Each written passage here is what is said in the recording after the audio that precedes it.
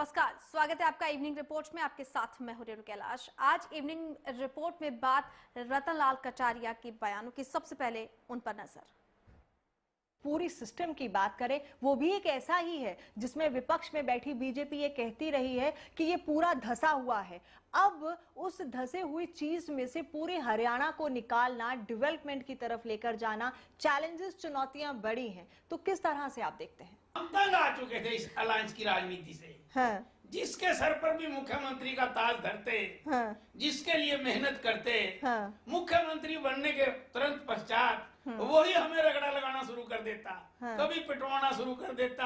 हाँ। कभी हमारा कोई काम नहीं होना किसी कार्यकर्ता का। हाँ। हमारे जो मेंबर विधायक बनते थे वो एक एक छोटे छोटे काम के लिए तरसते रहते थे। हाँ। तो जिस तरह का वो वक्त हमने देखा, तो एक टीस, एक तमन्ना, एक तड़प ये थी कि हरियाणा के अंदर भी हम जनता की सेवा के लिए एक पार्टी को इतना मजबूत बनाए कि ताकि लोगों को भी राहत मिले। अब लोग यहाँ आए, मुख्यमंत्री बनकर चले जाते रहे, लेकिन कोई सीएलयू तक सीमित रहा, कोई क्षेत्रवाद तक सीमित रहा। तो किसी भी मुख्यमंत्री ने वाइडर सोच जो है 2.5 करोड़ जनता के प्रति सोच नहीं अपनाई। और चलिए आप सुनवाते हैं आपको रतनलाल कटारिया का एक और बयान।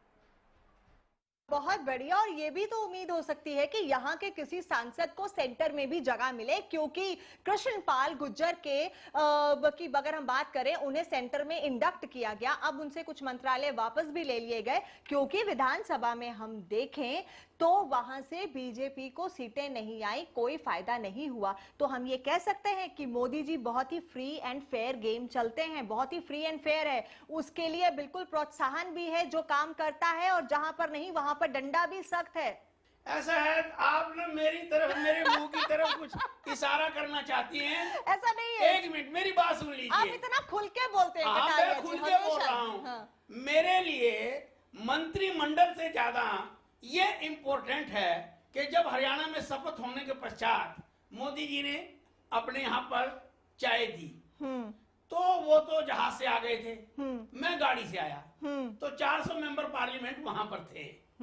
तो जैसे ही मैं अंदर उसमें गया, तो मोदी जी ने दूर से ही मजाक में, जैसे कि मेरा उनसे 30 साल पुराना प्यार है, तो मुझे उन्हें प्यार से कहा, आ भाई 9/9।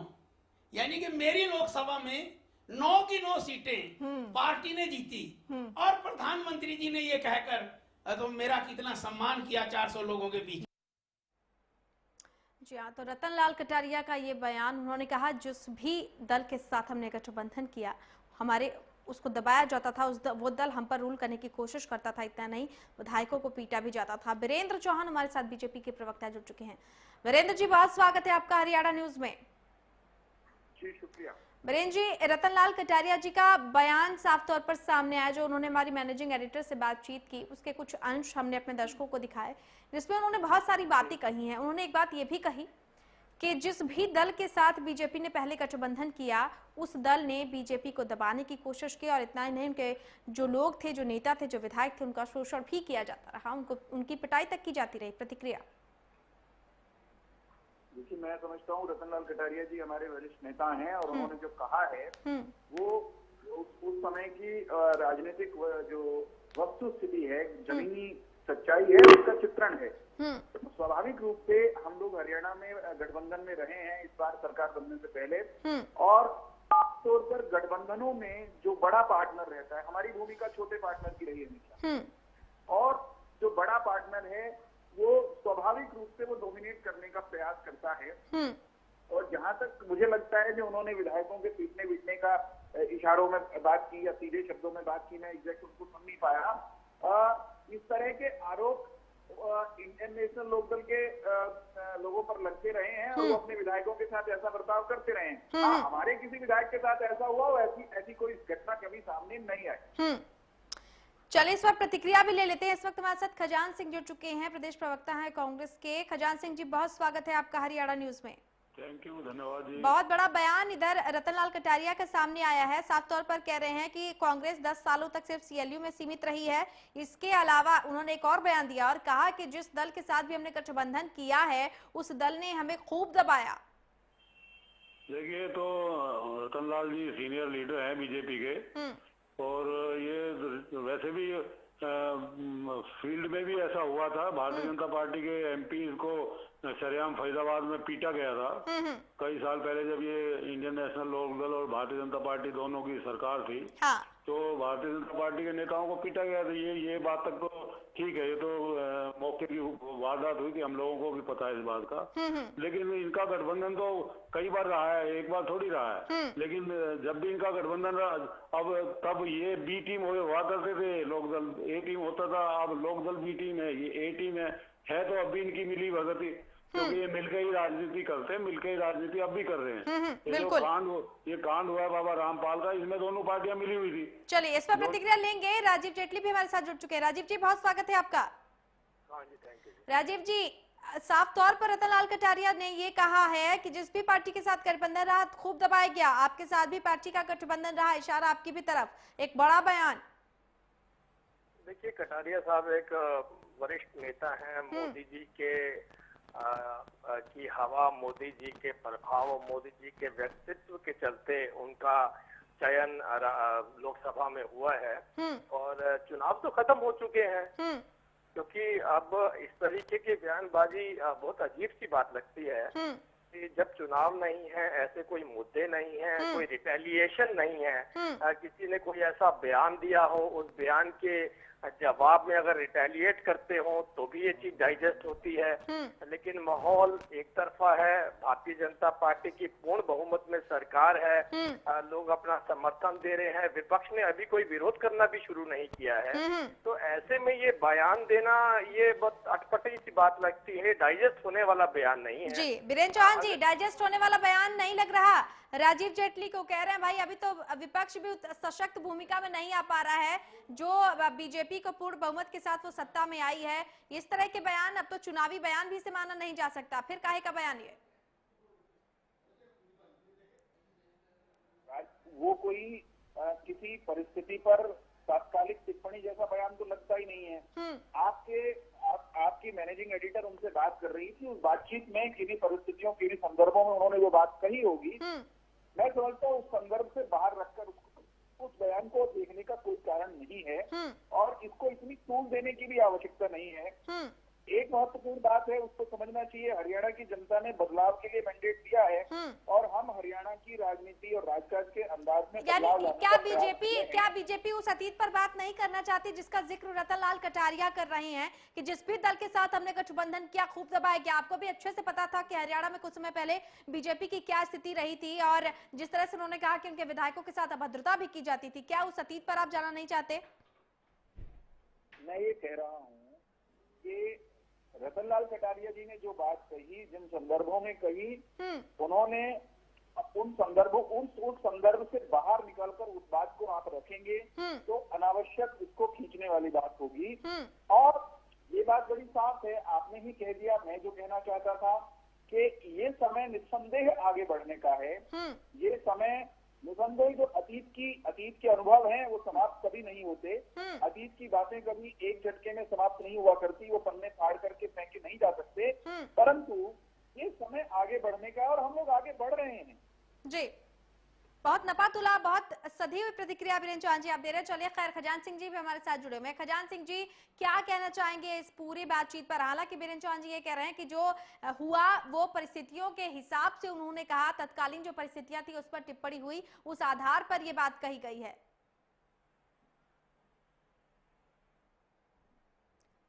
खजान सिंह जी, आप सुन पा रहे हैं हमें? चलिए, लगता है संपर्क टूट गया। राजीव जेटली के पास जाना चाहूंगी। राजीव जी, यानी अब जो परिस्थितियां थी वो अतीत में थी, यानी अतीत में ऐसा कुछ हुआ बीजेपी के साथ जिसका दुख आज तक रतनलाल कटारिया को साल रहा है? मैंने अभी यही बोला, ये बड़ी हास्यप्रद बात है कि इस वक्त पे इन परिस्थितियों में इस तरीके का बयान, जैसे मेरा मित्र अभी वीरेंद्र चौहान जी ने बताया कि किस संदर्भ में ये बयान दिया है, पहले वो समझने की जरूरत है। और दूसरे मेरे साथी कांग्रेस के ने भी यही बात रखी कि गठबंधन एक बार तो हुआ नहीं, गठबंधन तो बार बार हुआ। हाँ। और 2009 तक हुआ। 2009 का लोकसभा का चुनाव, उसके बाद हमारा कोई गठबंधन नहीं रहा। उससे पहले भी गठबंधन टूटा, दोबारा से गठबंधन हुआ। तो वो ये बातें लगता है अगर 2009 के लोकसभा चुनावों से पहले कही गई होती कि इस वजह से गठबंधन नहीं होगा तो समझ में आती थी। लेकिन इन सब बातों को मैं दरकिनार करते हुए सिर्फ इतनी ही बात बोलना चाहता हूँ। मौजूदा परिस्थितियों में इस बयान के कुछ खास मायने मुझे नजर नहीं आते हैं और किस कंटेक्स्ट में ये बयान दिया गया है वो पूरी चर्चा मुझे नहीं पता किस बारे में बोली गई थी। तो बिना कंटेक्स्ट के अननेसेसरी मैं अपना कमेंट करूं, मुझे लगता है वो भी एक ईमानदार स्टेटमेंट नहीं होगी। ये जरूर कहना चाहूंगा अगर मौजूदा परिस्थितियों में किसी भी कंटेक्स्ट में किसी भी बात को छेड़े बिना अगर इस बात को रखा है तो ये एक बहुत बचकानी बात होगी। वीरेंद्र चौहान जी, एक और सवाल, एक और बयान। प्रधानमंत्री नरेंद्र मोदी का डंडा सब पर बराबर पड़ता है। कृष्णपाल गुर्जर से जिस तरह से मंत्रालय वापस लिया, इस पर उन्होंने कहा है कि मोदी जी का डंडा तो सब पर बराबर पड़ता है, क्या कहेंगे?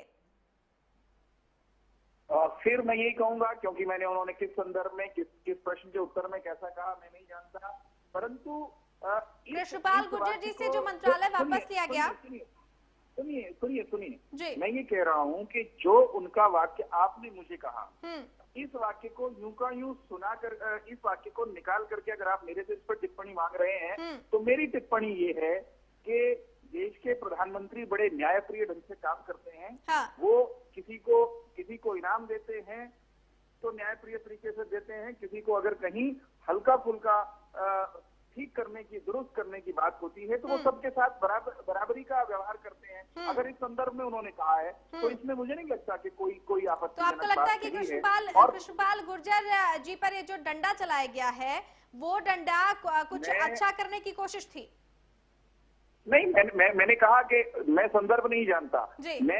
मैंने आपको कहा उस वाक्य को निकाल करके संदर्भ से बाहर एक वाक्य जो आपने बोला मैं उस पर टिप्पणी कर रहा हूँ। रही कृष्णपाल गुर्जर जी के मंत्रालय वाला जो प्रश्न है, प्रधानमंत्री का प्रेरोगेटिव होता है, विस्तार जब भी होता है या विस्तार के बिना भी मंत्रियों का कार्य एक मंत्री से लेकर के दूसरे को दिया जा सकता है। कार्य विभाजन में संतुलन लाने के लिए कोई भी कदम उठाया जा सकता है। उसकी हर बार कोई चीर-फाड़ की जाए कि क्यों बदला गया, ये ऐसा हो गया या वैसा हो गया, मैं नहीं समझता कि हमेशा उसकी आवश्यकता होती है। और उसको आप डंडे का नाम दे दें, मैं इस बात से असहमत हूं। हमने नहीं दिया, दरअसल ये कहा है उन्होंने कि मोदी जी का जो डंडा है वो सब पर बराबर पड़ता है। मैंने फिर कहा ना कि क्योंकि मैंने उनका जो एग्जैक्ट एक्चुअल बयान है वो नहीं सुना, इसलिए उस पर मेरी प्रतिक्रिया बनती नहीं। और दूसरी बात, बड़े नेता हैं रतन लाल कटारिया जी, सांसद हैं, तो उन्होंने कोई बात कही है तो उनके कहने के बाद उस पर बहुत चर्चा की जाए, मेरा उस पर कमेंट मांगा जाए तो बहुत उसका अर्थ नहीं बनता। चलिए, बिल्कुल। हरियाणा न्यूज से खास बातचीत में दरअसल सांसद रतन लाल कटारिया ने ये कहा कि जिन भी पार्टियों के साथ गठबंधन रहा बीजेपी का, उन सब ने उन्हें दबाया, यहाँ तक कि विधायकों के साथ अभद्रता भी की जाती रही है। और ऐसे में उन्होंने ये भी कहा कि मोदी जी का जो डंडा है वो सब पर बराबर पड़ता है। दरअसल कृष्णपाल गुर्जर से जिस तरह से मंत्रालय वापस लिया गया उस पर ही प्रतिक्रिया दे रहे थे। कुछ और बातें भी रतन लाल कटारिया ने कही है। वीरेंद्र चौहान जी, आप लाइन पर बने रहिए, उन पर भी हम आपसे आगे बातचीत जारी रखेंगे। राजीव जेटली जी, आपसे भी हम आगे बातचीत जारी रखेंगे। फिलहाल वक्त एक छोटे से ब्रेक का हो गया, जल्द लौटते हैं।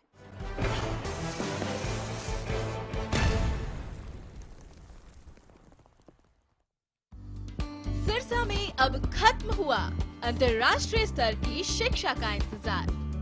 MDLR ग्रुप लेकर आए हैं MDK इंटरनेशनल स्कूल। हरियाणा के हरित क्षेत्र सिरसा में विश्व स्तरीय शिक्षा की खास पहचान। MDK international school Cambridge university London से जुड़े सिरसा के इस पहले रेसिडेंशियल कम डे बोर्डिंग स्कूल के डायरेक्टर हैं कैम्ब्रिज एग्जाम्स के आकलनकर्ता मिस्टर लॉरेंस फ्रे। विश्व स्तरीय शिक्षा के साथ MDK स्कूल में है एयर कंडीशन कैंपस और दूसरी आधुनिक जरूरी सुविधाएं, पुस्तकों से परिपूर्ण लाइब्रेरी और एक स्पेशियस कैफेटेरिया जिसमें बच्चों के लिए मिलेगा हेल्दी खाना। MDK इंटरनेशनल स्कूल की विश्व स्तरीय खेल एवं अन्य सुविधाएं आपके बच्चों का स्वास्थ्य एवं चहुमुखी विकास सुनिश्चित करती हैं। तारकेश्वरम धाम के नजदीक रानिया रोड, सिरसा में। अधिक जानकारी के लिए संपर्क करें 9254136642 434445 या लॉग ऑन करें www.mdkinternationalschool.com। MDK International School, nurturing your future today। आपको नहीं लगता कि जिस तरह से एक सांसद एक गांव चुन रहा है, सभी विधायकों को भी एक गांव गोद लेना चाहिए? हाँ, लेना चाहिए। हाँ। लेना चाहिए। They are the part of the democracy. हाँ। और जिस प्रकार का निर्णय हुआ है, इस प्रकार का निर्णय अगर यहाँ पर भी हो जाए, राज्य के अंदर भी हो जाए। हाँ। और आदरणीय हमारे ऑनरेबल सीएम साहब यहाँ पर हैं। हाँ। और मैं अभी कोशिश करूँगा हाँ। और कि उनसे मिलूं जी। और जो विषय आपने मेरे ध्यान में लाया है, हाँ। मैं उनके ध्यान के अंदर भी लाऊंगा। हाँ, यानी आप ये मानते हैं कि अगर एक विधायक 90 विधायक हैं, अगर एक विधायक भी एक गांव को गोद लेता है तो 90 गांव ये हो गए, 10 सांसद हो गए, तो जो एक डेवलपमेंट की हम बात करते हैं बहुत बड़े पैमाने पे हो सकती है। मुझे ऐसा लगता है कि केंद्र तो जो है, हाँ। उसके पास जो है फाइनेंशियल रिसोर्सेज का भंडार पूरा है। और राज्य सरकार जो है उसको कैसे लेती है योजना को, और जो फाइनेंशियल रिसोर्सेज हैं उनकी भरपाई किस तरह से होगी, इसके बारे में अभी वर्कआउट करना है।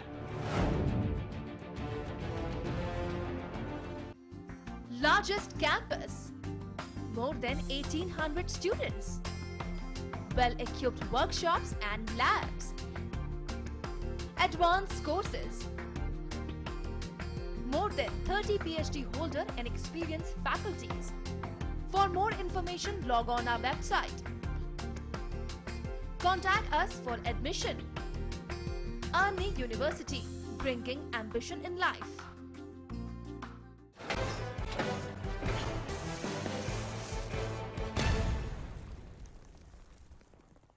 और ब्रेक के बाद एक बार फिर से आपका स्वागत है इवनिंग रिपोर्ट में। आज हम बात कर रहे हैं बीजेपी सांसद रतनलाल कटारिया के कुछ बयानों की, जिसमें उन्होंने कहा कि जिस भी दल के साथ बीजेपी ने गठबंधन किया उस दल ने खूब दबाया, विधायकों के साथ अभद्रता की जाती रही। इनेलो और कांग्रेस पर उन्होंने सीधा हमला बोला। वीरेंद्र चौहान हमारे साथ बीजेपी के प्रवक्ता बने हुए हैं। वीरेंद्र जी, हालांकि इनेलो की तरफ से सदी हुई प्रतिक्रिया नहीं आई है, लेकिन जिस तरह का निशाना रहा रतनलाल कटारिया पर, वो दुख लगता है अभी भी कटारिया साहब को साल रहा है। नहीं, मेरा ये कहना है कि कटारिया जी ने जो भी टिप्पणियां करी हैं, मैं दोहराना चाहूंगा कि जिन संदर्भों में कहीं हरियाणा के राजनीतिक इतिहास के कुछ तथ्य हैं, आप उनको छुड़ला नहीं सकते, आप उनकी व्याख्या अलग अलग अंदाज में कर सकते हैं। इंडियन नेशनल लोकदल का अपना दृष्टिकोण हो सकता है, भारतीय जनता पार्टी का अपना नजरिया है, और उसी पर कांग्रेस की प्रतिक्रिया या उसका दृष्टिकोण भिन्न हो सकता है।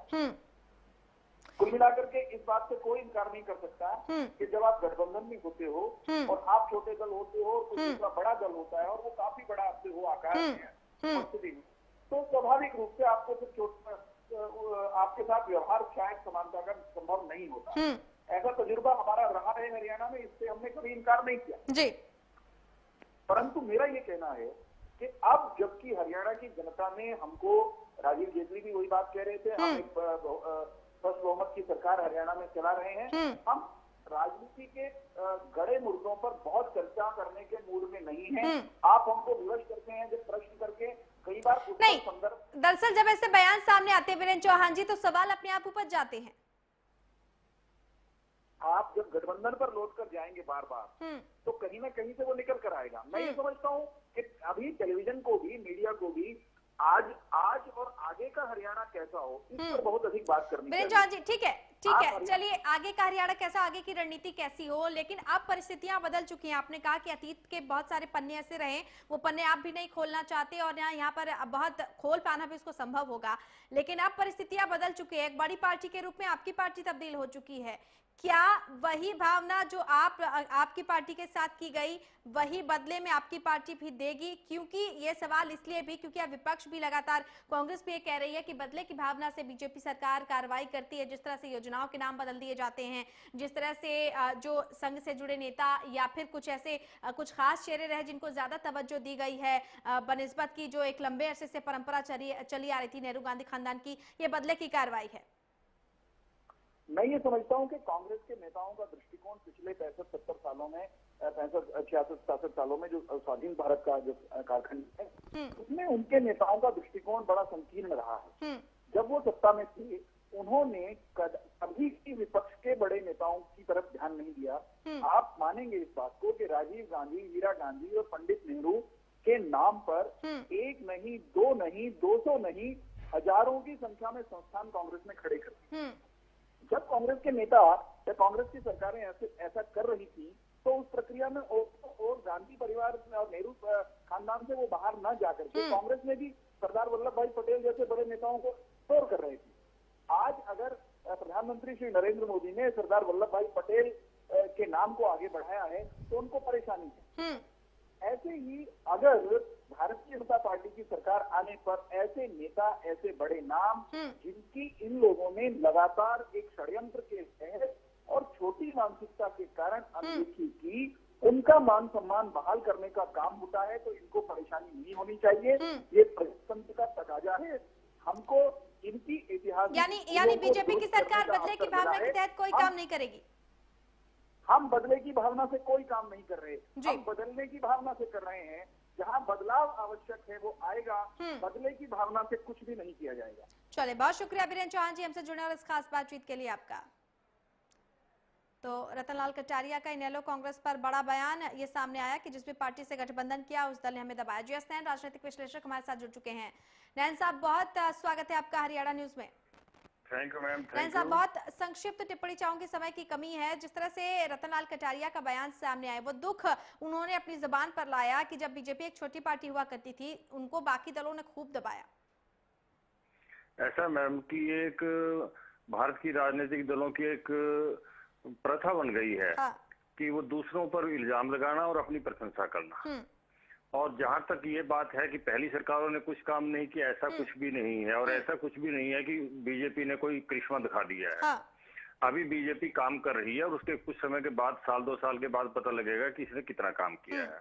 और पहली सरकारों ने जो काम किया है उसको भी आप नकार नहीं सकते। बिल्कुल। जैसे चाहे हुड्डा साहब ने कुछ क्षेत्र का ज्यादा विकास किया, बाकियों का कम किया, परंतु बहुत अच्छा काम किया। और इनेलो सरकार में भी चौटाला साहब के समय जिस समय आए थे तो डेवलपमेंट बहुत हुई थी, ऐसी बात नहीं है। और अब भी ये सरकार आई है, अभी इसकी कोई विशेष उपलब्धि नहीं है। हाँ, ये है कि साल 2 साल के बाद अगर ये उपलब्धि होगी तो हम उसकी भी प्रशंसा करेंगे। और बहुत शुक्रिया, बहुत शुक्रिया नैन साहब। समय की कमी है हमारे पास, तो फिलहाल वक्त का इंतजार करना होगा। लेकिन जिस तरह से रतनलाल कटारिया का ये बयान सामने आया है, अब इस पर राजनीति और सियासत भी होनी तय है। चलिए, फिलहाल इवनिंग रिपोर्ट में इतना ही, लेकिन प्रदेश की तमाम बड़ी खबरों के लिए देखते रहिए हरियाणा न्यूज। नमस्कार।